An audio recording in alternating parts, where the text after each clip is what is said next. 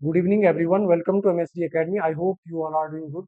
तो आज के अपने इस लेक्चर में हम उत्तराखंड में पॉलिटी, उत्तराखंड की जो राज व्यवस्था है उसका एक टॉपिक करने जा रहे हैं। उत्तराखंड में पंचायती राज व्यवस्था। तो जब भी आप उत्तराखंड का स्टडी करते हो तो history, polity, economics, art and culture, ये सारी चीजें पढ़ते हो। इसके अलावा जो इम्पोर्टेंट पढ़ते हो, उत्तराखंड में शासन किस प्रकार से चलाया जाता है, तो वो हम किस में पढ़ते हैं, उत्तराखंड की राज व्यवस्था में बेसिकली पढ़ते हैं। तो इन सारी चीजों को हम डिस्कस करेंगे। इसके अलावा जो पंचायत यहाँ पे वेब सीरीज है, ये आप सभी ने देखे होंगे। ये कौन है? हमारे पास सचिव जी है, ये हमारे पास प्रधान जी है। वैसे तो प्रधान ये थे, हमारे पास ये उप प्रधान जी हैं जिनके लड़के किस में रहते हैं, आर्मी में रहते हैं, और ये विधायक जी है। आप लोग फिर रिलेट कर पाओगे आज के लेक्चर को बेसिकली। तो हम स्टार्ट करते हैं और बिल्कुल शुरू से स्टार्ट करेंगे इसको कि पंचायती राज व्यवस्था क्या है। तो इसमें क्या होता है, बेसिकली जो सत्ता होती है उसका विकेंद्रीकरण होता है हमारे पास, कि मतलब सत्ता एक बिंदु पर केंद्रित ना होकर क्या हो जाए, तो सबके पास क्या हो, अलग अलग अपनी सत्ता हो। बेसिकली मान लेते हैं ये हमारा पूरा देश है, ठीक है। यहाँ पे दिल्ली में हमारी, मान लेते हैं हमारी सत्ता का केंद्र है, ठीक है। तो यहाँ पे अब इस क्षेत्र में कोई दिक्कत जा रही है, इस क्षेत्र में कोई दिक्कत जा रही है, यहाँ पे जो भी शासन व्यवस्था चलानी है उसको सारा कौन कंट्रोल कंट्रोल करेगा? यहाँ पे सेंटर करेगा। लेकिन अब क्या हुआ इसमें, अब फिर इसमें तो दिक्कत जाएगी ना। अब ग्राउंड लेवल पे यहाँ पे प्रत्येक जो क्षेत्र है, वहाँ पे क्या क्या नहीं हो सकता है। आप प्रत्येक क्षेत्र में अलग अलग हिसाब से हम क्या नहीं कर सकते हैं, बेसिकली शासन नहीं चला सकते हैं। बेसिकली एक जगह से कंट्रोल करना यहाँ पे मुश्किल पड़ता है, तो इसको सत्ता का केंद्रीकरण हम बोलते हैं। लेकिन ये क्या है, हमारे पास जो भी पंचायती वाली व्यवस्था आई थी हमारे पास ना, वो क्या है, हमारे पास सत्ता का विकेंद्रीकरण है। मतलब जो यहाँ पे, जो भी यहाँ पे अलग अलग मान लेते हैं, ये गांव है यहाँ पे, ठीक है, अलग अलग पार्ट है, तो यहाँ पे सत्ता सबके पास थोड़ी थोड़ी दी गई है। मतलब ठीक है, समान रूप से सबके पास सत्ता है, ताकि छोटे मोटे जो भी मामले हो वो अपना हम बेसिकली ग्राम या फिर ब्लॉक या फिर जिला स्तर पर ही क्या कर सके, उनका निपटारा कर सके। तो स्टार्ट करते हैं आज के लेक्चर को। तो यहाँ पे पहले मैं थोड़ा यहाँ पे बता देता हूँ आपको कि स्टार्टिंग में क्या, जो उत्तराखंड में हमारा जो पंचायती राज व्यवस्था है, तो वो क्या स्टार्टिंग में था। तो हमारा क्या हुआ था, जब उत्तर प्रदेश से हमारा जो भी राज्य है हमारा अलग हुआ था, उत्तराखंड अलग हुआ था, क्यों हुआ था? 2000 में हुआ था ना। तो यहाँ पर जो हमारे पंचायती राज व्यवस्था है वो कौन सी लागू थी हमारे पास, तो जो यूपी में उस टाइम पे लागू थी। तो पंचायती राज उत्तर प्रदेश पंचायती राज जो अधिनियम था 1947 का, उसी को हमने क्या कर दिए, अपने उत्तराखंड राज्य में इम्प्लीमेंट कर दिए। लेकिन 2016 में हमने क्या करा है, जो उत्तराखंड का अपना एक पंचायती राज अधिनियम है, उसको बेसिकली उत्तराखंड पंचायती राज अधिनियम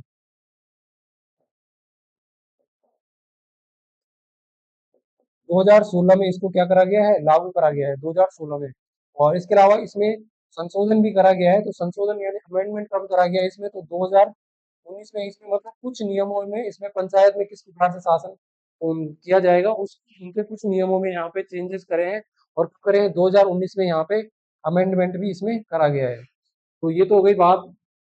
इसके अलावा यहाँ पे जो भी 73rd या फिर 73वां जो संविधान संशोधन हुआ था हमारे संविधान में, वो हुआ था 1992 में हुआ था ना।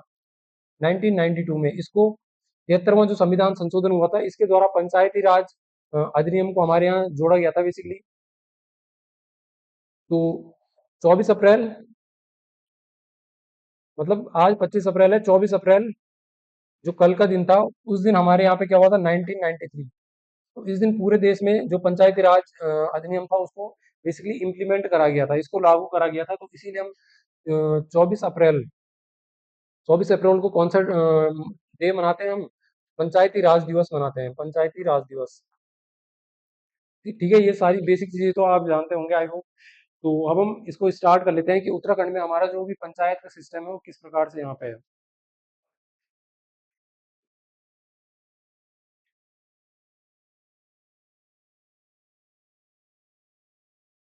उत्तराखंड में पंचायती राज व्यवस्था हम पढ़ रहे थे बेसिकली। अब इसकी बात कर लेते हैं कि इसमें संरचना किस प्रकार से है हमारे यहाँ। अब इसकी संरचना के लिए किस प्रकार से होगा, ये इसके लिए बहुत सारी कमेटी भी बनी है। जैसे बलवंत राय मेहता कमेटी बनी थी, ठीक है। बलवंत राय अशोक मेहता कमेटी बनी थी, ये सारी जो भी पीवी कमेटी, वो सारी चीजें बनी थी। तो इन्होंने क्या किया था, अपने अपने अलग अलग सुझाव दिए थे बेसिकली। वो हम बेसिकली पॉलिटी के अपने सेगमेंट में पढ़ेंगे, ठीक है, जिसमें लोकसभा, राज्यसभा, वो सारी चीजें हो गई। तो इसमें संरचना पहले हम देख लेते हैं कि संरचना किस प्रकार की है हमारे यहाँ पे, ठीक है। तो संरचना में क्या हो सकता था, अब किसी बहुत सारी कमेटी थी, किसी ने कहा कि 4 स्तरीय होनी चाहिए, किसी ने बोला कि 3 स्तरीय का हमारा क्या होना चाहिए, पंचायतों में शासन होना चाहिए बेसिकली, ठीक है। तो जो हमारे यहाँ पे लागू है कौन सी है, जो त्रिस्तरीय है हमारे यहाँ पे, त्रिस्तरीय पंचायती राज व्यवस्था, ठीक है।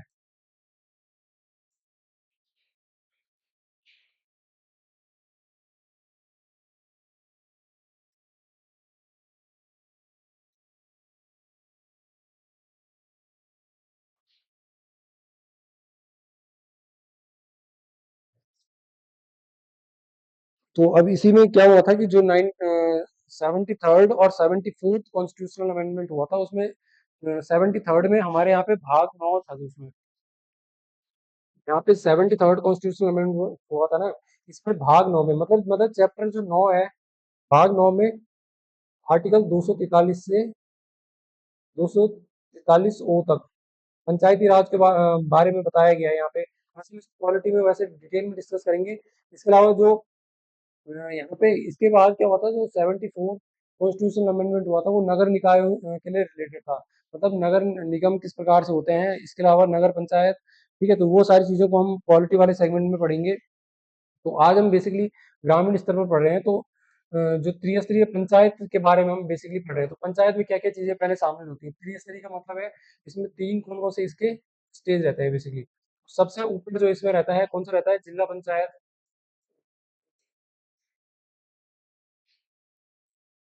सबसे ऊपर जिला पंचायत रहता है, फिर उसके नीचे यहाँ पे क्षेत्र पंचायत, फिर उसके भी नीचे ग्राम पंचायत।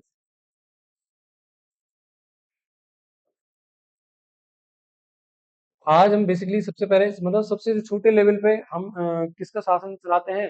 हमारे देश में जो सबसे छोटे लेवल पर शासन की शक्ति दी गई है, वो किसके पास है, बेसिकली ग्राम पंचायत के पास है। ग्राम पंचायत में किस प्रकार के रूल होंगे, किस प्रकार के यहाँ पे बेसिकली हमारे जो भी अधिकारी बनेंगे, जो भी इसका प्रमुख रहेगा, तो वो सारी चीजें हैं, और शासन को बेसिकली चलाएंगे, बजट का आवंटन करेंगे।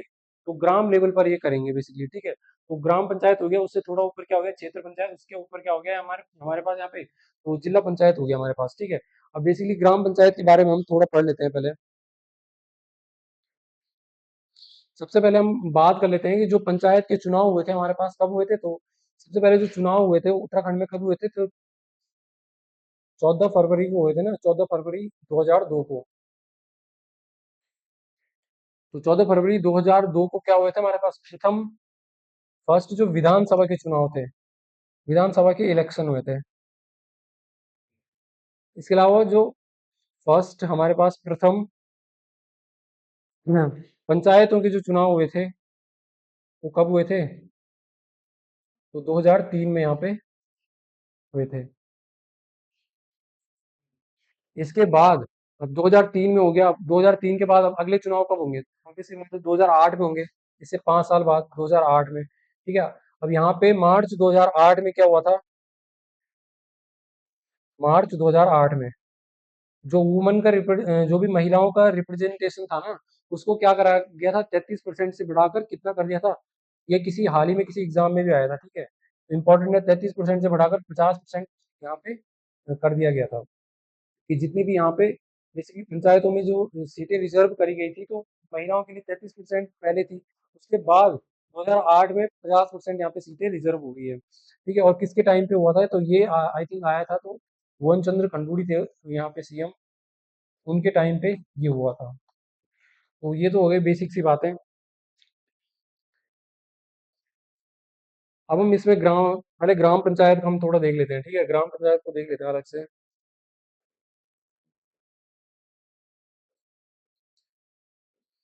ग्राम पंचायत,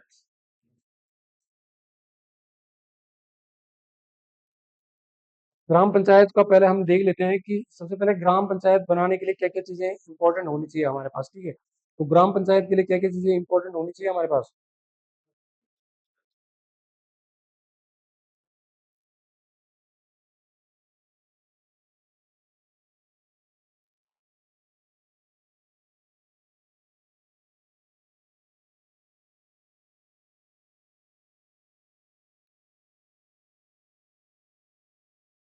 यहाँ पे थे हम ग्राम पंचायत में थे। ग्राम पंचायत में थे हम। अब ग्राम पंचायत में क्या क्या चीजें हमारे पास बेसिक होनी चाहिए? सबसे पहले तो एक गांव होना चाहिए, सिंपल सी बात है। एक गांव होना चाहिए, उसी को हम ग्राम पंचायत बना सकते हैं। तो यहाँ पे क्या क्या मिनिमम कंडीशन हो सकती है ग्राम पंचायत को फॉर्म करने के लिए? तो सबसे पहले यहाँ पे दो टाइप है। यहाँ पे ध्यान रखना है कि जो पर्वतीय हमारा क्षेत्र है, ठीक है, पर्वतीय इलाका है, इसमें मिनिमम जो गांव एक ग्राम पंचायत को बनाने के लिए एक गांव की जो जनसंख्या है वो कितनी होनी चाहिए? 500 होनी चाहिए, ठीक है। और 500 और मैक्सिमम कितनी होनी चाहिए? 2000 होनी चाहिए, ठीक है। और मैदानी क्षेत्रों में कितनी होनी चाहिए? तो यहाँ पे 1000 मिनिमम है, और मैक्सिमम कितनी हो सकती है? तो 10,000 तक। तो अगर हमारे पास इतनी जनसंख्या है तो हम वहाँ पे क्या फॉर्म कर सकते हैं? अलग ग्राम पंचायत को वहाँ पे फॉर्म कर सकते हैं। अब इसके अलावा हम ग्राम पंचायत में क्या क्या चीजें होती है? ग्राम पंचायत में तीन टाइप की चीजें, पद रहते हैं हमारे पास। कौन कौन से यहाँ पे मुख्य पद रहते हैं? तो एक तो होता है हमारे पास जो गांव का सबसे प्रमुख व्यक्ति होता है, उसको क्या बोलते हैं? ग्राम प्रधान बोलते हैं, ठीक है, या फिर प्रधान बोल देते हैं। एक ग्राम प्रधान होगा, फिर उसके बाद उसके नीचे कौन सा पद होगा? तो एक उप प्रधान होगा, उप प्रधान। फिर इसके नीचे थर्ड नंबर पे कौन होंगे? तो जो भी यहाँ पे ग्राम पंचायत के जो भी सदस्य होंगे, ठीक है। अब इनके बारे में पहले हम देख लेते हैं कि जो भी यहाँ पे सदस्य होते हैं, तो यहाँ पे जो हमारी परीक्षा वाणी है उसको भी रेफरेंस लेके थोड़ा आपने करना है। तो परीक्षा वाणी में यहाँ पे गलत दे रखा है कि यहाँ पे जो ये मेंबर हो सकते हैं ना, ये कितने लिख रखा है वहाँ पे? तो 5 से 15 लिख रखा है। तो इसको करेक्ट कर लेना आप, 7 से और 15 तक हो सकते हैं यहाँ पे मेंबर। मतलब जो भी ग्राम पंचायत के सदस्य होते हैं वो क्या होते हैं? 7 से और 15 तक हो सकते हैं। इसके अलावा और चीजों के बारे में देखें तो जो प्रधान होता है और जो भी सदस्य होते हैं, इनका क्या होता है हमारे पास? जो भी चुनाव होता है, ऑब्वियसली चुनाव होगा ना इनका, कोई ना कोई तो इनको सेलेक्ट करेगा। ऐसा नहीं तो कोई भी बोल देगा कि क्या है, मेरे को, मैं तो ग्राम प्रधान हूँ अपने गांव का। ऐसे नहीं करना है, ठीक है। इनका इलेक्शन होगा प्रॉपर, इसीलिए तो इसको संवैधानिक दर्जा दिया गया था ना 73rd कॉन्स्टिट्यूशनल अमेंडमेंट के द्वारा। तो यहाँ पे इनका जो भी चुनाव होगा वो क्या होगा? प्रत्यक्ष निर्वाचन प्रणाली के द्वारा होगा, प्रत्यक्ष निर्वाचन प्रणाली के द्वारा। और यहाँ पे जो उप प्रधान होगा, इसको ध्यान रख लेना है, ये क्या होगा? ये अप्रत्यक्ष होगा। मतलब ये सदस्य अपने में से ही किसी को क्या कर देंगे? यहाँ पे उप प्रधान बना देंगे। तो प्रत्यक्ष निर्वाचन प्रणाली आप समझ सकते हो कि जो भी 18 साल से ऊपर के जो भी हैं वो क्या दे सकते हैं? वोटिंग कर सकते हैं ना। तो वो इनको क्या कर सकते हैं? डायरेक्ट यहाँ पे चुनते हैं जो भी सदस्य होते हैं। और जो भी ग्राम पंचायत के जो भी सदस्य होते हैं, इनको प्रत्यक्ष निर्वाचन से सिलेक्ट करते हैं इसलिए। मतलब इनको हम, मतलब जो भी ग्राम सभा में जो भी हैं, ग्राम सभा पहले ध्यान रख लेना है, ग्राम सभा में कौन कौन से आते हैं? तो जिनका नाम भी मतदाता सूची में होता है उनको ग्राम सभा में शामिल कर लिया जाता है। मतलब 18 साल से ऊपर के जो भी व्यक्ति होते हैं गांव में, उन वो ग्राम सभा में आते हैं। तो जिनको ग्राम सभा बेसिकली प्रत्यक्ष वोटिंग देती है। मतलब मान लेते हैं मैं भी अपने गांव का एक ऐसी कोई भी व्यक्ति हूँ, और मतलब ना मैं किसी के लिए उम्मीदवार हूँ किसी भी चीज के लिए, तो मैं अगर वोटिंग कर रहा हूँ, किसी दे पा रहा हूँ, मतलब डायरेक्ट जो कैंडिडेट है, तो उसको क्या बोलते हैं कि प्रत्यक्ष निर्वाचन प्रणाली है, ठीक है। तो यहाँ पे जो प्रधान रहता है, ये होता है हमारे पास, ये होता है हमारे पास अप्रत्यक्ष चुनाव प्रणाली के द्वारा इसको यहाँ पे चुना जाता है। इसके अलावा चुनाव तो हो गया। अब इनमें आते हैं कि इनकी योग्यताएं क्या क्या होनी चाहिए, ठीक है। अब योग्यताओं पे आ जाते हैं कि अगर हमें बेसिकली प्रधान बनना है किसी गांव का, ठीक है, या फिर उप प्रधान बनना है, या फिर सदस्य बनना है, तो सबके लिए एक ही हमारे पास क्या होगी? योग्यताएं होंगी, एलिजिबिलिटी होंगी। तो सबसे पहली योग्यता क्या होती है? तो नॉर्मल सी बात है, कोई पागल दिवालिया ढोंगी ना हो ऐसे करके, ठीक है, ये सभी नॉर्मल सी पता है, लेकिन एग्जाम लिए क्या इंपॉर्टेंट है? तो योग्यताएं क्या होनी चाहिए? तो सबसे पहली योग्यता होनी चाहिए कि वो 21 वर्ष का हो, 21 वर्ष का पार कर चुका होगा वो। दूसरी इंपॉर्टेंट बात है उसमें क्या होनी चाहिए? तो यहाँ पे 2019 में जो अमेंडमेंट करा गया था ना, 2019 में जो पंचायती राज में अमेंडमेंट करा गया था, जो भी संशोधन करा गया था, उसमें क्या करा गया था? तो इसमें बेसिकली जो शिक्षा को भी यहाँ पे योग्यता में यहाँ पे रखा गया था। मतलब शिक्षा को भी यहाँ पे मैंडेटरी करा गया था कि जो भी प्रधान का चुनाव लड़ेगा भाई, वो क्या होना चाहिए? 10वीं पास होना चाहिए। मतलब 10th उसने करा हो, 10वीं पास होना चाहिए, फेल भी नहीं चलेगा, 10वीं पास होना चाहिए, ठीक है।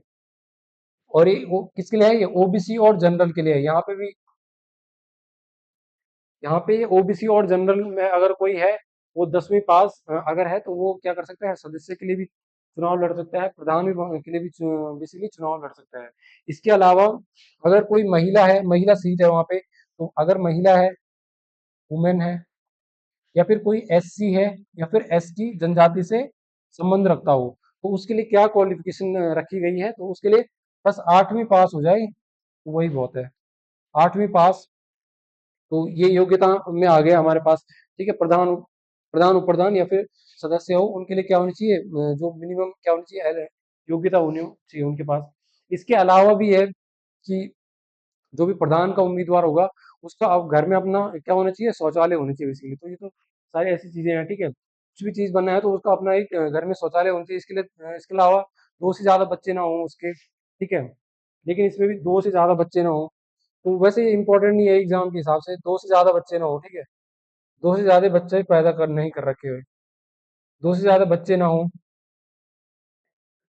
लेकिन इसमें कंडीशन है कि मान लेते हैं कि अ, कोई प्रधान के लिए बन गया। ठीक है, कोई प्रधान का उम्मीदवार बन गया, अब उसके बाद क्या करा उसने, मान लेते हैं प्रधान से पहले क्या था उसके, प्रधान चुनने चुने जाने से पहले उसके दो बच्चे थे, और जैसे ही वो प्रधान बना उसने क्या कर दिया, एक बच्चा और पैदा कर दिया, एक बच्चा उसका उसके बाद भी उसने पैदा कर दिया। ठीक है, तो यहाँ पे क्या हो जाएगा, जो भी उसकी प्रधान बना होगा ना, उसकी सदस्यता बेसिकली क्या हो जाएगी, रिजेक्ट हो जाएगी, वो प्रधान के पद से हटा दिया जाएगा। 3 बच्चे हो गए ना उसके पास। ये भी कंडीशन नहीं होनी चाहिए कि 2 बच्चे, मतलब 2 बच्चे ही होने चाहिए उसके, जब तक वो प्रधान के कार्यकाल में रहेगा। इसके अलावा एक और जुड़वा बच्चे वाला भी इसमें एक कंडीशन समझ लेते हैं कि मान लेते हैं यहाँ पे, मान लेते हैं कि जो भी प्रधान का चुनाव लड़ रहा था, ठीक है, प्रधान का चुनाव लड़ा था, उसका पहले एक बच्चा था, एक बच्चा था, उसके बाद उसने चुनाव लड़ा, फिर क्या हो गया, अब प्रधान बन गया ना वो, फिर चुनाव लड़ के जीत गया वो। फिर यहाँ पे एक बच्चा होना था, लेकिन वो क्या हो गया, उसके दो जुड़वा बच्चे हो गए, दो जुड़वा बच्चे हो गए। तो यहाँ पे छूट है ना, ये तो प्राकृत, ये तो किसी को पता नहीं होगा कि दो जुड़वा बच्चे होंगे, एक जुड़वा बच्चे होंगे, तो इनको बेसिकली इनमें छूट है यहाँ पे कि बस एक ही वो काउंट होगा बेसिकली। लेकिन जो इसका उल्टा है वो यहाँ पे सत्य नहीं हो पाएगा, क्योंकि अगर दो जुड़वा बच्चे पहले से हैं, ठीक है, दो जुड़वा बच्चे पहले से हैं और एक बच्चा, फिर क्या, ये दो काउंट होंगे ना बेसिकली। यहाँ पे एक ही काउंट हुआ था, ये यहाँ पे दो काउंट होंगे पहले से ही। अब क्योंकि तो सबको पता चलेगा ना, 2 बच्चे हैं, अभी तो पता नहीं था। लेकिन अगर दो जुड़वा बच्चे थे और प्रधान बनने के बाद उसने एक बच्चा और यहाँ पे कर लिया, तो क्या हो जाएगा, उसकी जो भी प्रधान का जो भी पद होगा उससे हटा दिया जाएगा उसको। तो ये सारी चीजें थी। इसके अलावा और चीजों को देख लेते हैं इसमें। हम्म,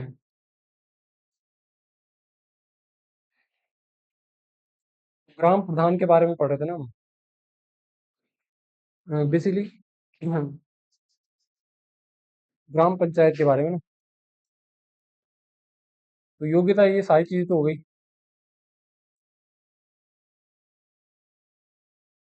अब योग्यता तक तो कर लिए थे हमने, अब इसके बाद क्या होता है बेसिकली, कार्यकाल। तो कार्यकाल सबको पता होगा कितना होता है। तो जितना हमारे पास पंचायतों का कार्यकाल होता है, कितना होता है, 5 वर्ष होता है। उतना ही किसका कार्यकाल होता है, जो भी हमारे मेंबर रहते हैं पंचायत के, उनका भी क्या कार्यकाल रहता है, 5 वर्ष का बेसिकली रहता है। अब यहाँ पे एक और बात की शपथ, शपथ कौन दिलाता है यहाँ पे, तो यहाँ पे याद रख लेना है, जो भी हमारा शपथ दिलाएगा वो कौन दिलाएगा हमारे पास, तो यहाँ पे बीडीओ जो होगा, बीडीओ, खंड विकास अधिकारी, ब्लॉक डेवलपमेंट ऑफिसर, खंड विकास अधिकारी जो भी होगा वो क्या दिलाएगा, यहाँ पे ग्राम प्रधान की शपथ दिलाएगा या फिर सदस्यता की शपथ दिलाएगा बेसिकली। अब यहाँ पे कंफ्यूज नहीं कर देना आपकी, वीपीडीओ हो गया, ठीक है, और वीडीओ हो गया, ये बेसिकली शपथ दिलाएंगे, तो ये मत कर देना आप। ठीक है, विलेज पंचायत डेवलपमेंट ऑफिसर हो गया, और एक क्या होता है हमारे पास, एक वीडियो होता है बेसिकली।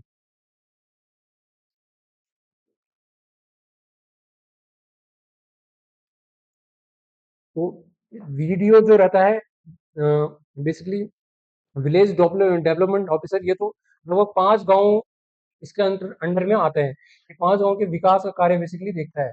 और इसके अलावा जो वीपीडीओ रहता है ना, इसको क्या बोलते हैं, ये सचिव का बेसिकली कार्य करता है। सचिव जो मैंने यहाँ पे स्टार्टिंग में बताया था ना, तो सचिव जी जो थे, ठीक है, तो ये क्या है हमारे पास, वीपीडीओ है बेसिकली। अब वीपीडीओ का काम क्या रहता है? अब वीपीडीओ का जो भी सचिव जी है हमारे पास, सचिव जी का काम क्या रहता है? तो इनका काम क्या रहता है? जो भी बजट है उसको तैयार करना है। बजट का लेखा जोखा या फिर जो भी गांव के लिए बजट रहता है, जो भी निर्माण कार्य या फिर कुछ ऐसे कार्यों के लिए बजट रहता है, उसको कौन तैयार करता है? तो हमारे पास ये वीपीडीओ करता है। तो इसमें कंफ्यूज नहीं होना है बेसिकली।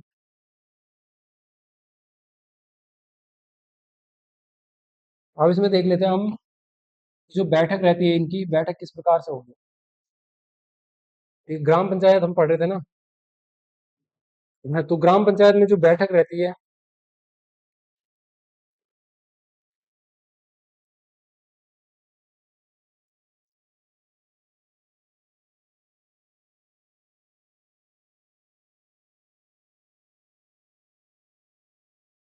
तो यहाँ पे ग्राम पंचायत की जो बैठक रहती है, प्रति माह, एक माह में एक बैठक होना यहाँ पे जरूरी है।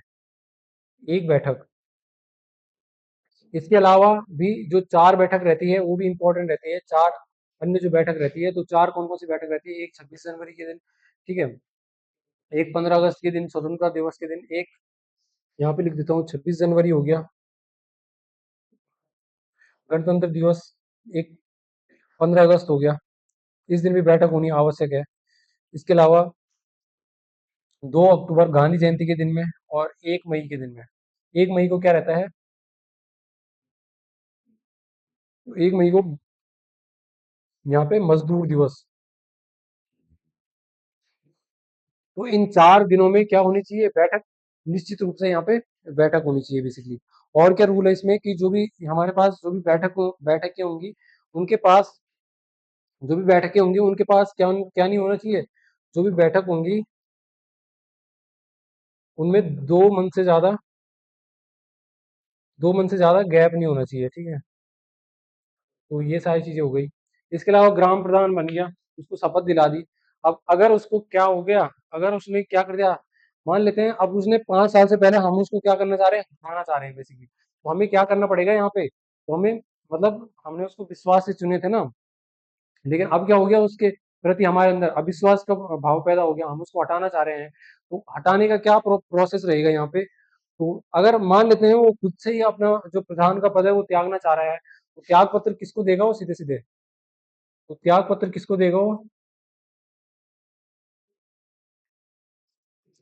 तो त्याग पत्र देगा जो भी हमारे जिला पंचायत अधिकारी होगा। जिला पंचायत अधिकारी उसको अपना सीधे सीधे त्याग पत्र सौंप देगा वो। जो भी हमारा क्या क्या होगा, प्रधान होगा या फिर उप प्रधान होगा। लेकिन अब यहाँ पे भी एक कंडीशन आती है कि अगर इसने क्या करा, 15 दिन तक इसने, जो जिला पंचायत अधिकारी है उसने कोई रिएक्शन नहीं दिया, मतलब उसने ना पारित किया उसको, ना उसको खारिज करा बेसिकली। तो 15 दिन तक उसको क्या करना पड़ेगा? इसको पारित करना ही पड़ेगा 15 दिन तक।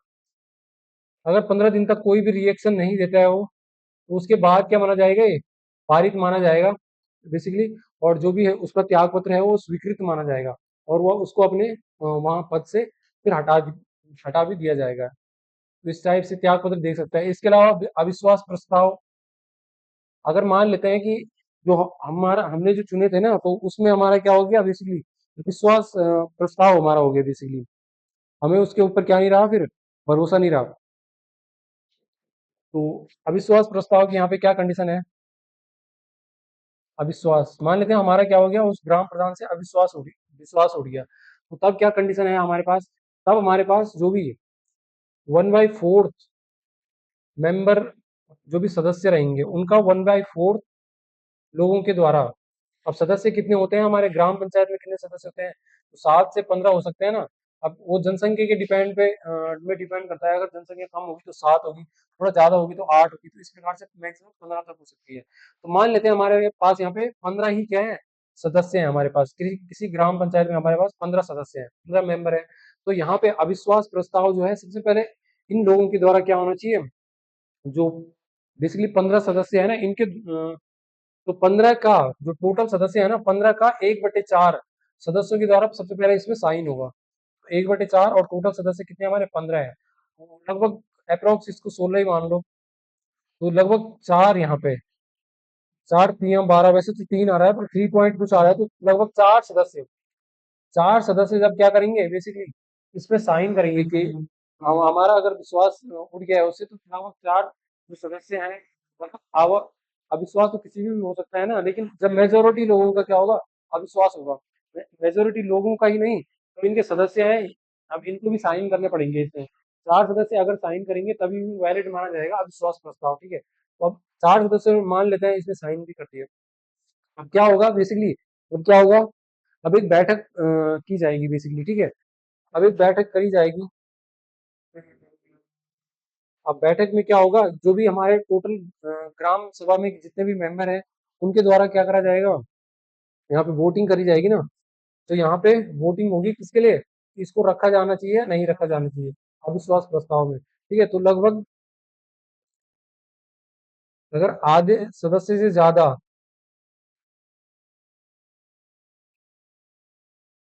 मतलब जो भी टोटल हमारे पास ग्राम सभा में जितने भी मेंबर होते हैं, अगर आधे सदस्य से ज्यादा लोगों ने क्या कर दिया इसमें, वोट कर दिए बेसिकली, तब क्या हो जाएगा, जो हमारा ग्राम प्रधान है वो हट जाएगा।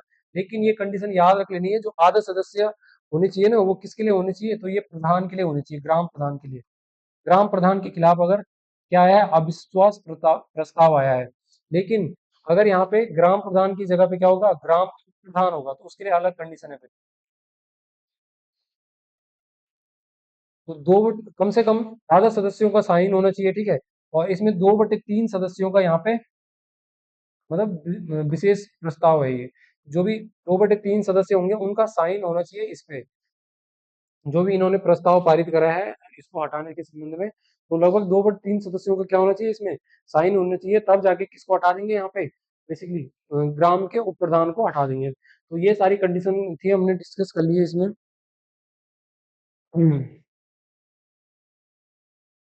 आई थिंक जो मेन मेन चीजें थी वो हमने डिस्कस कर ली है इसमें। तो हम इसमें ब्लॉक का देख लेते हैं, नहीं तो इसके अलावा एक बात को यहाँ पे जो ध्यान रख लेना, जो बैठक कराता है ना, तो यहाँ पे जो भी ग्राम पंचायत में जो बैठक कराता है, इसकी अध्यक्षता कौन करता है, तो अध्यक्षता करेगा हमारा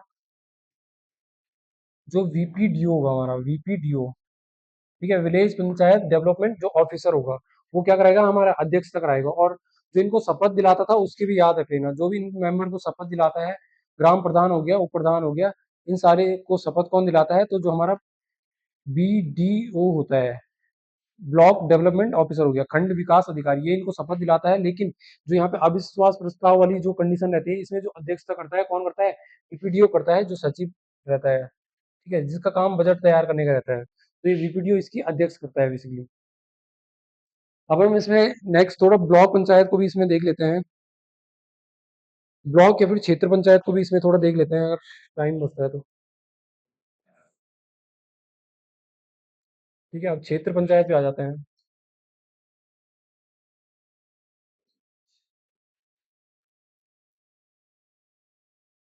या फिर ब्लॉक पंचायत।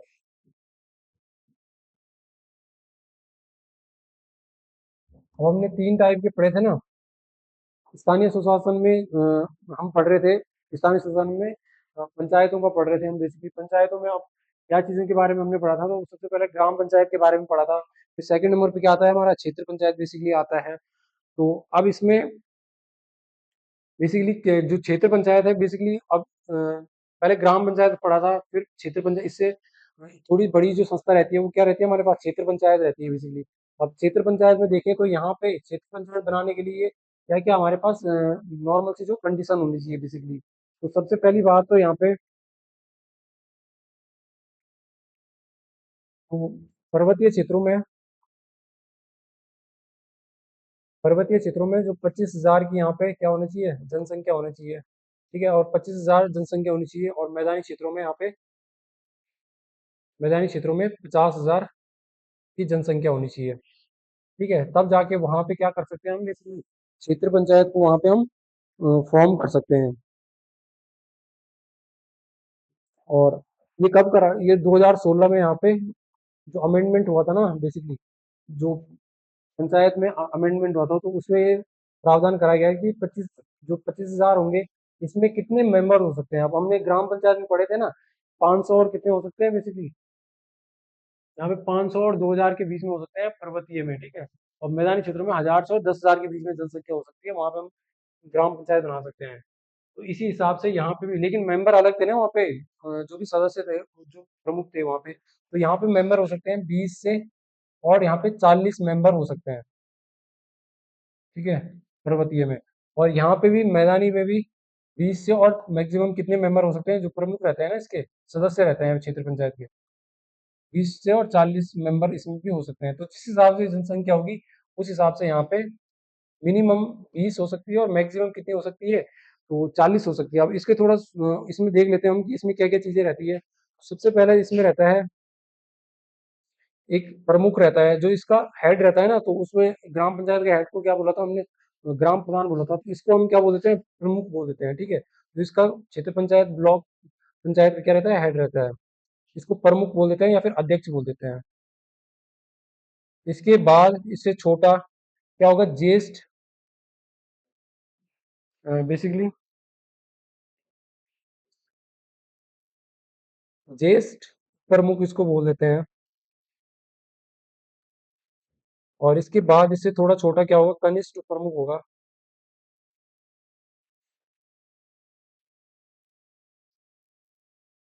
और इसके बाद क्या होंगे, जो भी हमारे पास क्षेत्र पंचायत के कुछ क्या होंगे, सदस्य भी तो होंगे ना, 20 से 40 जो भी हैं, तो ये क्या होंगे, कुछ हमारे पास सदस्य भी होंगे।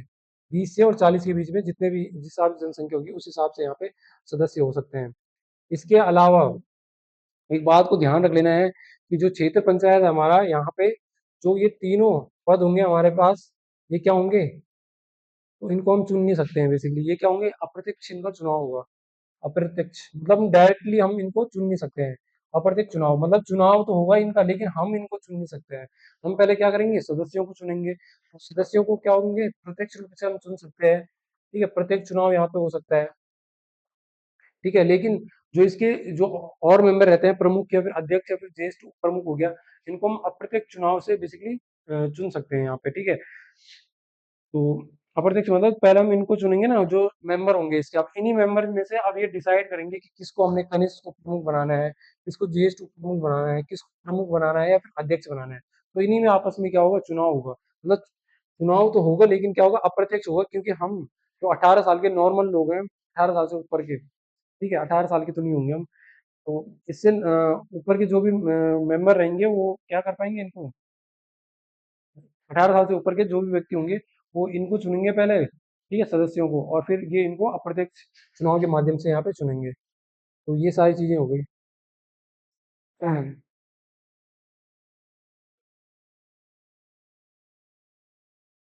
इसके अलावा यहाँ पे कुछ, अब इतने तो सदस्य होते ही हैं इसमें मेन, अब इसके अलावा क्या होते हैं, कुछ पदेन सदस्य भी होते हैं।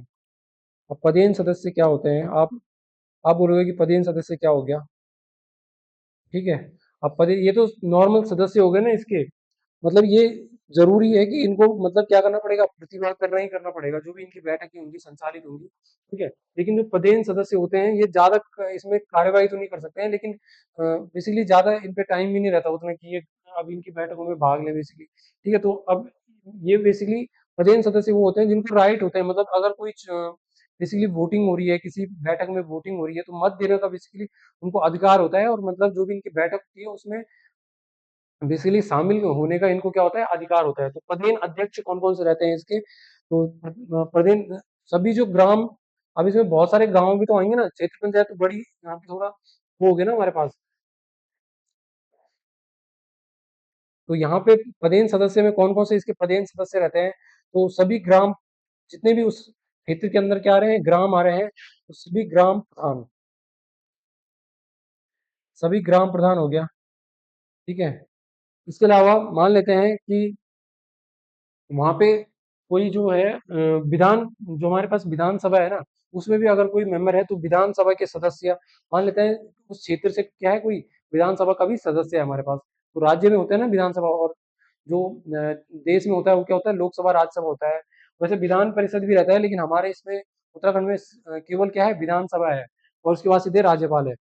तो बेसिकली अगर कोई मेंबर इस क्षेत्र से आ रहा है और वो क्या है, विधानसभा का भी अध्यक्ष है, तो वो भी इनका क्या हो सकता है, सदस्य हो सकता है, यहाँ पे वोटिंग कर सकता है, इसके अलावा इनकी बैठकों में प्रतिभाग कर सकता है।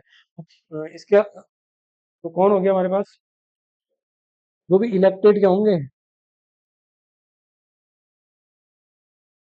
एमएलए होंगे जो भी, ठीक है, विधायक जी होंगे। ठीक है, एमएलए वो आपने पढ़ा देखे थे ना, तो ये कौन था, ये विधायक था यहाँ पे, जो एक कबूतर को उड़ा देता हो फिर क्या कर जाता है, वो मर नीचे गिर के जाता है। ठीक है, तो ये हमारे पास विधायक जी थे ना उसमें, तो बेसिकली इसको एमएलए बोल देते हैं।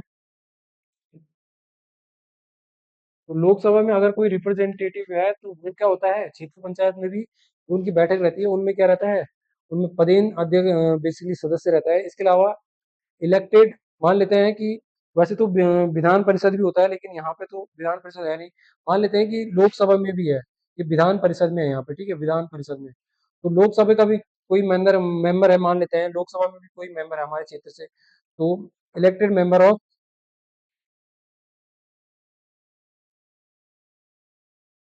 पार्लियामेंट, ठीक है, संसद का,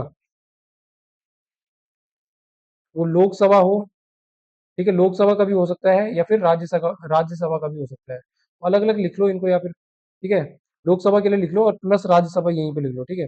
लोकसभा या फिर मान लेते हैं लोकसभा, कोई व्यक्ति यहाँ पे क्या है, लोकसभा में भी रिप्रेजेंटेटिव है और राज्यसभा इसके अलावा एक ही जगह होगा ना, लोकसभा में होगा या फिर राज्यसभा में। मान लेते हैं लोकसभा में है, तो वो यहाँ पे क्या कर सकता है हमारा, वोटिंग कर सकता है और प्रतिभाग भी कर सकता है इनकी बैठक में। और इसके अलावा राज्यसभा में अगर कोई व्यक्ति है, राज्यसभा में अगर मेंबर है, राज्यसभा का सदस्य है, तो वो भी यहाँ पे बेसिकली प्रतिभाग कर सकता है। ठीक है, तो इसको क्या बोल देते हैं, एमपी बोल देते हैं। ठीक है, मेंबर ऑफ पार्लियामेंट इनको बोल देते हैं। इसके अलावा कौन कौन से होते हैं, लेकिन राज्यसभा में एक कंडीशन यहाँ पे ध्यान रखना है कि जो भी मतलब अगर इसका जो भी इनका निर्वाचक सूची होती है ना, इनकी क्षेत्र पंचायत में अब निर्वाचक सूची निकलती है, मतलब कौन कौन इसमें वोटिंग कर सकते हैं, या फिर अगर हम किसी क्षेत्र में रहते हैं तो हमारा नाम बेसिकली वहाँ पे आ जाता है, तो ये क्या होना चाहिए यहाँ पे, इनका मतदाता सूची में इनका नाम होना चाहिए, तभी जाके ये इनके हेड होंगे, बेसिकली पदेन सदस्य होंगे, मतदाता सूची में यहाँ पे नाम होना चाहिए।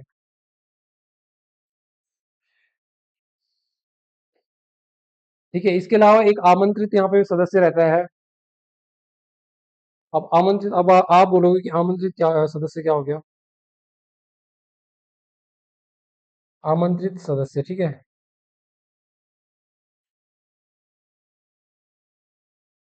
तो एक बार डिफरेंस मैं बता देता हूँ, जो भी यहाँ पे ये थे ना पदेन सदस्य थे, ये क्या कर सकते थे, अपने विचार रख सकते थे, कोई सुझाव दे सकते थे, लेकिन वोटिंग भी कर सकते थे, अगर कोई प्रस्ताव है उसमें वोट भी कर सकते थे। लेकिन जो आमंत्रित सदस्य रह सकते हैं, ये बस सुझाव बस दे सकते हैं, और क्या कर सकते हैं, बेसिकली यहाँ पे वोटिंग का इनको अधिकार नहीं होता है। तो आमंत्रित जो हमारे पास सदस्य होते हैं उसमें कौन आ जाता है, जो भी हमारे पास जिला पंचायत के सदस्य होते हैं बेसिकली, तो जिला पंचायत के सदस्य, वो इसमें आमंत्रित वाले भाग में आ जाते हैं, तो इनको आमंत्रित सदस्य बोल देते हैं। मतलब इन सुझाव दे सकते हैं यहाँ पे, लेकिन सुझाव भी दे सकते हैं, भाग भी ले सकते हैं, लेकिन यहाँ पे वोटिंग का इनको कोई भी अधिकार नहीं होता है बेसिकली। अब इसके अलावा अब और चीज एक दो देख लेते हैं इसमें, फिर ये कंप्लीट ही हो गया लगभग।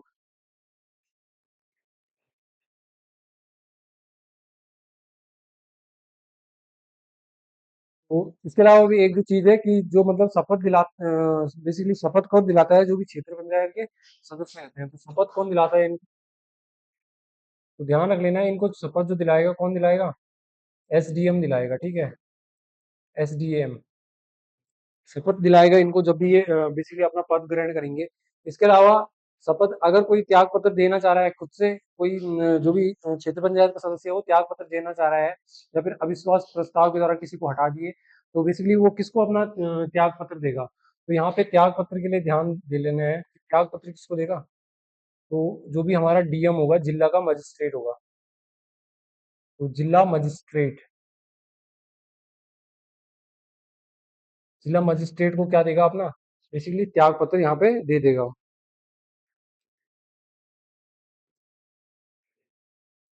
इसके अलावा यहाँ पे जो बजट तैयार करने का काम करता है, बजट कौन तैयार करता है, तो कौन करता है, जो बीडीओ रहता है हमारा, ठीक है, ब्लॉक डेवलपमेंट ऑफिसर रहता है, ठीक है, तो ये हो गया।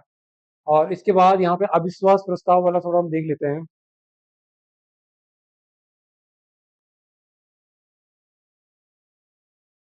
कि अगर हम चाह रहे हैं कि कोई लोकसभा जो बेसिकली क्षेत्र पंचायत है उसके सदस्य को हम हटाना चाह रहे हैं, तो अविश्वास प्रस्ताव अगर लाना है उसके खिलाफ, ठीक है।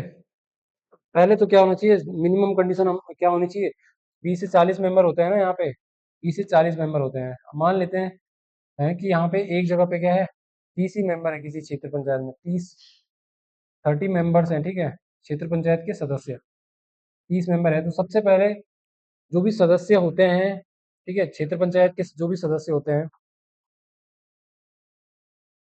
का 1/2 सदस्यों के यहाँ पे साइन होंगे।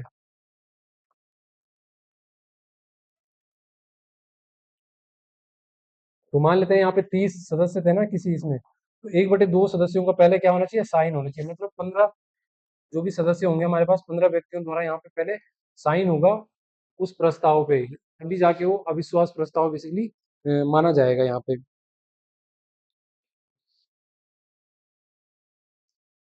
इसके अलावा जो इनमें साइन करेंगे वो 15 सदस्यों में क्या होना चाहिए, 3 जो सदस्य होने चाहिए ना,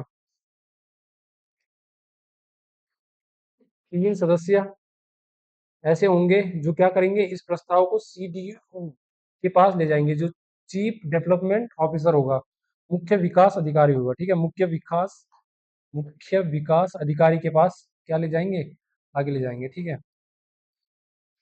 तो आई थिंक काफी रहेगा फिर आज के लिए।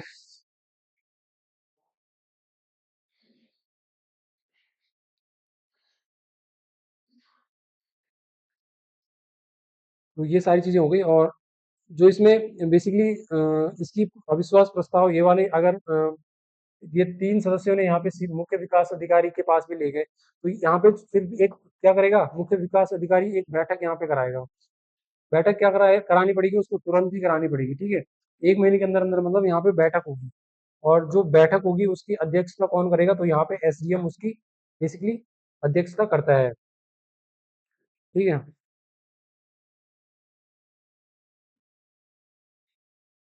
और एसडीएम यहाँ पे क्या करेगा, फिर अध्यक्षता करेगा जिसको भी हटाना है। तो लगभग 2/3 यहाँ पे फिर एक गुप्त मतदान होता है, ठीक है, तो यहाँ पे एक गुप्त मतदान होगा,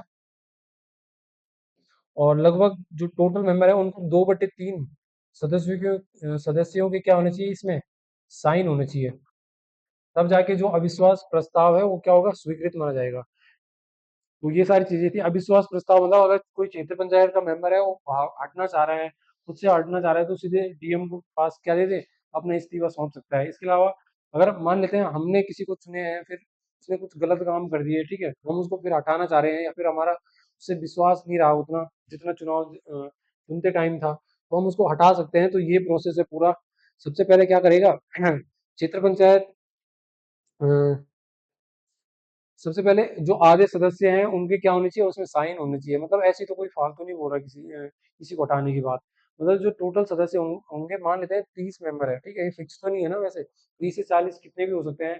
30 मेंबर में से जो इनका हाफ होगा, आधा होगा, 15 मेंबर का यहाँ पे साइन होना चाहिए, तब जाके ये किसके पास जाएगा, मुख्य विकास अधिकारी के पास भेजेंगे बेसिकली। जो इसमें से 15 सदस्यों में से 3 लोगों की ड्यूटी होगी कि चीफ डेवलपमेंट ऑफिसर के पास ले जाएंगे। फिर यहाँ पे क्या होगी, बैठक होगी बेसिकली, और जो बैठक की अध्यक्षता करेगा कौन करेगा, एसडीएम करेगा, और गुप्त मतदान होगा। 2/3 सदस्यों ने अगर साइन कर दिए तो इसको सीधे सीधे तौर पे हम पद मुक्त यहाँ पे कर सकते हैं, जो भी हमारे पास क्या होंगे, जिसके खिलाफ भी यहाँ पे अविश्वास प्रस्ताव आया होगा। तो यहीं तक रख लेते हैं आज के लेक्चर को, फिर नेक्स्ट लेक्चर में इसमें क्या चीजें हमने डिस्कस कर लिया आज।